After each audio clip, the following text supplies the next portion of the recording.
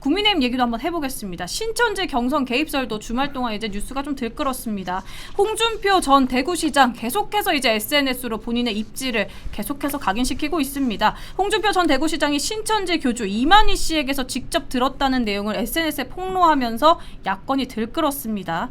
그러니까 좀 정리를 해드리면요. 2021년 10월 국민의힘 대선 후보 경선 때 신천지 역할을 확인하기 위해서 2022년 8월쯤에 경북청도 이만희 씨 별장에서 만난 일이 있었다. 대선 후보 경선 때 신천지 신도 10만여 명을 국힘 책임당원으로 가입시켜서 윤석열 당시 후보를 도운 것은 윤석열 후보가 검찰총장 시절 코로나 사태 때 신천지 압수수색을 2번이나 청구를 못하게 막아줬다. 그래서 그 은혜를 갚기 위해서라고 이제 언급을 했습니다. 그리고 그 신도들은 지금 당의 책임당원으로 활동하고 있다고 주장한 것인데 여기서 권성동 의원이 반박했죠. 권성동 의원 페북 보여주시죠.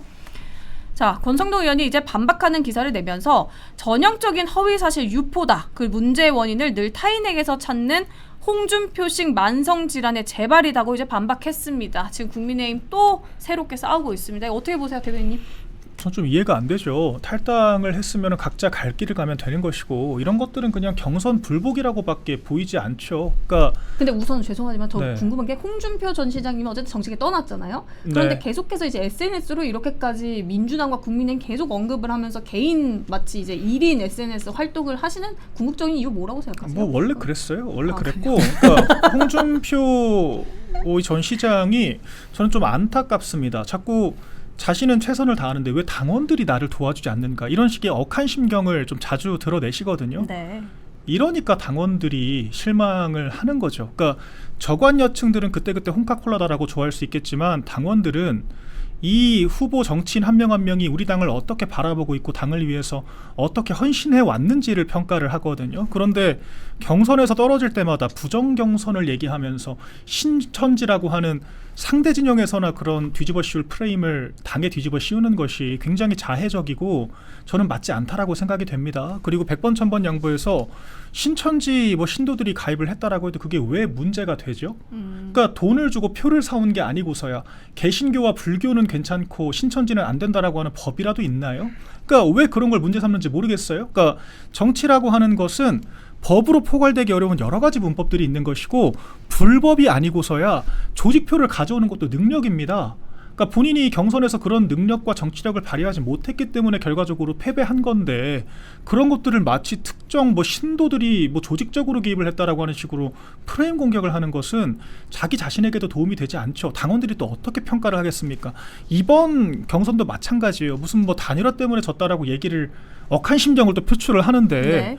그걸 우리 지도부가 인위적으로 결정한 게 아닙니다. 당시 여론조사들을 보면은 당원들이 한덕수 총리가 적임자다라고 이미 평가를 하고 있어요. 거의 70% 80% 가까이 당심이 몰려가 있는 상황이기 때문에 한덕수 추대론이 나왔던 것이지 누가 인위적으로 만든다고 만들어지는 건가요? 그러니까 김문수 후보가 그런 시류를 가장 먼저 읽고 편승을 해서 수혜를 본 것도 김문수 후보의 정치력입니다. 약속을 지킨 것과 안 지킨 것 전혀 별개로 그 순간에 당원들이 어떤 메시지를 원하고 스탠스를 바라는지를 읽고 움직인 거예요. 홍준표 시장이 그렇게 못한 것을 왜 남 탓을 하나요? 그러니까 전 이런 것들이 좀 납득이 되지 않고 이러니까 당원들에게 결정적인 순간에 홍준표 전 시장이 또 저렇게 했던 것들 이 기억이 뇌리에 남지 않습니까? 지금 정당 해산을 너무 쉽게 입에 담고 있어요. 정당 해산이 어떤 의미인지를 지금 모르시는 게 아닐 거거든요. 정당이 해산되면은 당 소속 의원들이 모두 다 의원직이 상실됩니다. 당의 모든 자산이 형해화되는 것이고 정당의 행위 자체가 불가능해지는 거예요. 그러면 홍 시장은 이제 탈당한 마당에 나한테 어떤 보수 진영의 그런 구심이 쏠리지 않을까? 그건 착각입니다. 누가 그렇게 움직이겠습니까? 4분 오열돼서 차라리 민주당에 백기투항하고 말지 누가 홍준표 전 시장의 이런 정치 스탠스를 함께 하겠다라고 하겠습니까? 그러니까 이런 부분들은 자꾸 당을 공격하는 방식이 아니라 당 내에서 같이 문제를 해결하는 형식으로 좀 건강하게 하는 것이 본인이 그토록 말하는 당원들의 지지를 얻는 길이다. 제가 이렇게 좀 강하게 쓴소리를 드리겠습니다. 당 내부인의 시선은 이렇고 이제 또 당 밖에서 보는 이제 또 보수 지지자분 입장에서는 어떻게 생각하세요? 우리가 대선에 출마해서 당선되고 대통령 하고 나서 정계 은퇴한 큰 정치인들도 계시고 대통령이 안 됐는데 정계 은퇴하신 또 큰 정치인들도 있습니다. 공통점은 주변에 항상 사람이 남아있죠. 얘기를 들어주는 사람이 남아있는데 홍준표 대구시장이 이렇게 SNS에 글을 올리는 거는 주변에 얘기를 들어줄 사람이 아무도 안 남아있기 때문에 그런 거고 우리도 이 얘기를 들어줄 필요가 없습니다.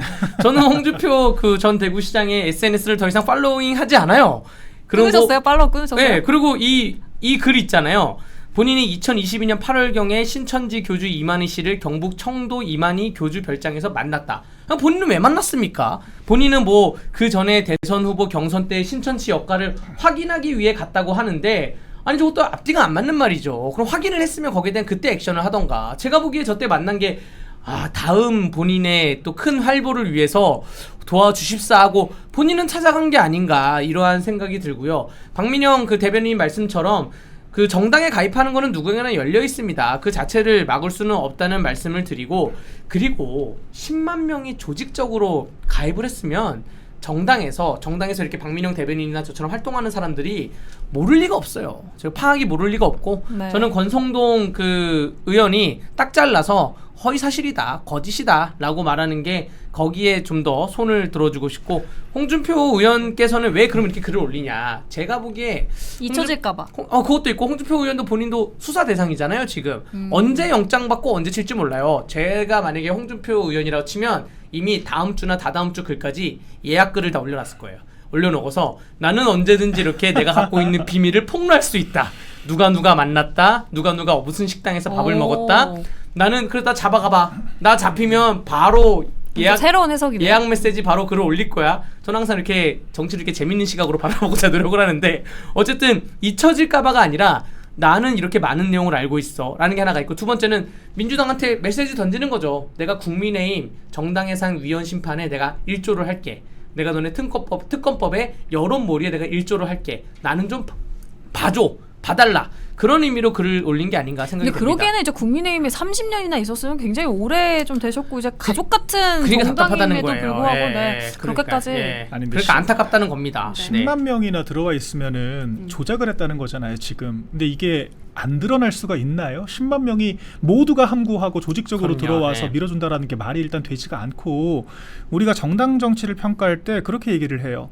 국민의힘이나 민주당처럼 당원이 200~300만 명이나 가까이 되고 심지어 책임당원, 권리당원이 각각 100만 명 이상 그 내외가 됩니다. 이런 정당은 전국 정당이라고 해서 조직적으로 조작을 한다라고 하는 게 불가능에 가까워요. 아니 당원이 책임당원이 100만 명 가까이 되는데 그걸 조작을 한다라는 게 가능합니까? 그리고 우리가 한동훈 전 대표가 당선됐던 지난 전당대회를 보더라도 한동훈 전 대표가 26만 표 정도를 얻었고 원희룡 전 장관이 윤심을 안고 있다라고 했는데 10만여 표밖에 얻지 못했어요. 그러니까 신천지 표가 10만 표나 있으면 왜 그런 결과가 나왔죠? 그러니까 이게 어떤 상황을 보더라도 가능하지 않은 이야기를 하고 있고 정당이라고 하는 것은 여러 당원들의 집단지성에 의해서 움직이는 것이지 우리 당을 뭐 조작이나 하는 정당이라고 지금 이렇게 자해를 하고 프레임 공격을 하는 것은 아무리 봐도 맞지가 않다라고 생각을 합니다. 그리고 이제 홍준표 전 시장은 이제 페이스북글에 이제 뭐 대구시장 재직 시절 이러면서 이제 언급을 했는데 홍준표 전 시장이 지금 어쨌든 대선에서 고배를 마셔서 이제 좀 서운한 심경은 알겠는데 대구 그렇게 따지면 대구 시민분들도 굉장히 서운하시겠죠. 왜냐하면 대구시장직을 어쨌든 내려놓고 빠르게 내려놓고 대선에 도전한 거 아닙니까? 그러니까 본인의 정치적 색깔을 위해서 대선에 도전하겠다. 그럼 그 남은 대구시장 시민들은 뭡니까? 그렇기 때문에 대구시장 시민들 죄송합니다. 대구 시민들은 뭡니까? 그러니까 대구 시민분들의 이제 아픔을 헤아리지도 못하고 본인의 서운함만 조금 생각하시는 것 같아서 아무래도 이거에 대해서 비난이 조금 거세지지 않나 생각하고 있습니다. 자, 국민의힘 당대표 구도 분석도 조금 해보겠습니다. 지금 일각에서는 2강, 그러니까 제가 호칭 좀 빼겠습니다. 김문수, 장동혁 대 안철수, 조경태 이렇게 뭐 얘기도 나오고요. 친길이라고 아니 주말 사이에 친윤에서 친길로 바뀌었나 봅니다. 김문수, 장동혁 그리고 반길이 반전환길인데 안철수, 조경태 왜 웃으세요? 아니 친길 반길이 웃겨가지고. 예. 그리고 이제 노길까지 있습니다. 노길, 전환길, 노 언급하겠다. 주진우 이렇게 뭐 크게 3파전으로 흐를 것이라는 예상도 나오고 있는데 어떻게 보세요? 일단 저는 어느 순간부터 우리 당이 이렇게 음모론이 횡행을 하게 됐는가 굉장히 안타깝다는 생각이 들어요. 우리 한 전 대표가 들어오고 나서부터 좀 그런 경향성이 강해진 것 같은데 뭐만 하면은 무슨 김옥균 프로젝트가 어쩌고 무슨 한동훈 죽이기가 어쩌고 우리가 그렇게 한동훈 전 대표에게 관심이 많지 않습니다. 그리고 그런 분한테 쏟을 시간도 없어요. 아니 그 전한길 씨가 들어왔다라고 해서 그게 전한길 씨 개인이 한동훈 전 대표에게 유감 표명을 한 걸 가지고 마치 지도부가 저희는 전한길 씨 들어온 것도 몰랐습니다. 그런데 지금 뭐 친길계라고 하는 그런 표현이 왜 나오죠? 그러니까 이런 것들이 당을 모욕하기 위한 그런 프레임이라고 저는 생각이 돼요. 그러니까 저는 이준석 전 대표 당시에도 윤핵관이라고 하는 표현이 굉장히 부적절하다라고 생각을 했습니다. 그런 것들이 아니 당의 후보가 정해지면 후보를 중심으로 뭉치는 거고 대통령이 당선되면 대통령을 중심으로 뒷받침하는 게 여당의 존재 이유인데 네. 그거를 특정 계파라고 얘기를 하면 이게 대화가 되나요? 아니, 그럼 반윤이라고 하는 게 더 이상한 거 아닌가요? 대통령인데? 그러니까 저는 그런 상식으로 보기 때문에 전한길 씨가 우리 당에서 대체 무슨 위상이 있다고 친길계가 있습니까? 그러니까 이런 가당치도 않은 얘기를 지금 하고 있는 거예요. 오히려 지금 전한길 씨로 인해서 더 부담을 느끼는 사람들이 많습니다. 왜냐하면 본인이 원하건 원하지 않건 지금 언론의 프레임을 잡히고 있잖아요. 말꼬리를 물리고 있잖아요. 그러니까 오히려 더 부담을 느끼는 건데 왜 그런 것들을 지금도 찬탄파 반탄파라고 말씀하시면 안 돼요. 반탄파는 절대 먼저 찬탄 반탄을 쟁점에 올리지 않습니다.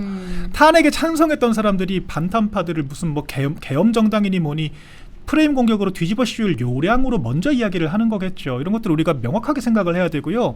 지금 조경태 의원 같은 사람들은 무슨 45명 제명시키겠다라고 하는 박찬대 민주당 후보가 하는 그런 얘기를 지금 똑같이 읊조리고 있는데 진짜 민주당 가서 정치를 하셔야 된다.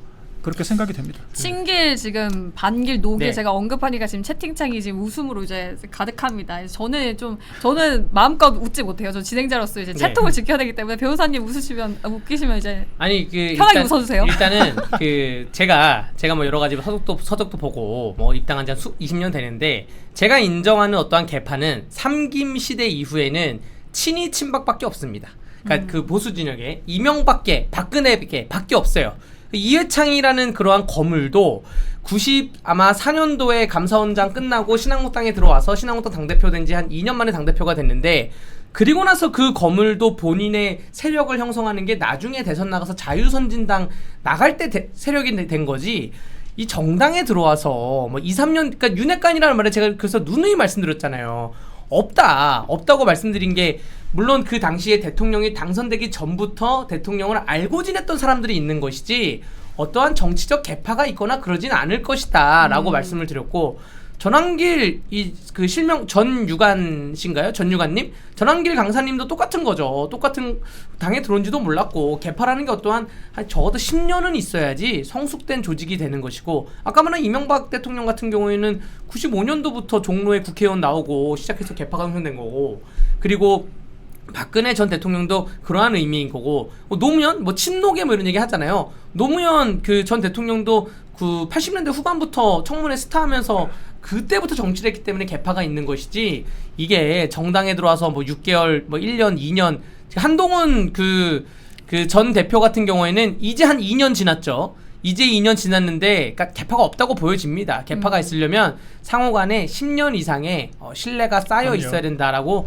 저는 생각이 되고요. 말도 안 되는 얘기를 하는 것 같고 이번 전당대회는 그냥 각자가 갖고 있는 비전과 개인기 가지고 국민의힘이 앞으로 나아갈 방향 내년 지방선거에서 어떻게 승리할 것인가 또 이재명 정부에 맞서서 어떻게 야당의 역할을 톡톡히 할 것인가 그러한 비전을 보여주면서 나갈 것인데 저는 그냥 다만 좀 당 사무처에게 드리고 싶은 말씀은 그러한 비전을 보여주는 자리가 굉장히 좀 자리가 많았으면 좋겠어요. 시간도 굉장히 길었으면 좋겠고 토론도 한 7시간 토론하고 뭐 그런 식으로 굉장히 좀 폭넓게 얘기가 나오면서 정말로 국민의힘에 지금 정당 위원 정당 해산 심판까지 민주당 박찬대 정청래는 얘기하는데 네네. 거기에 대해서는 어떻게 대응할 것인가 등등 폭넓게 얘기를 나눌 수 있는 비전을 나눌 수 있는 자리가 있었으면 좋겠다.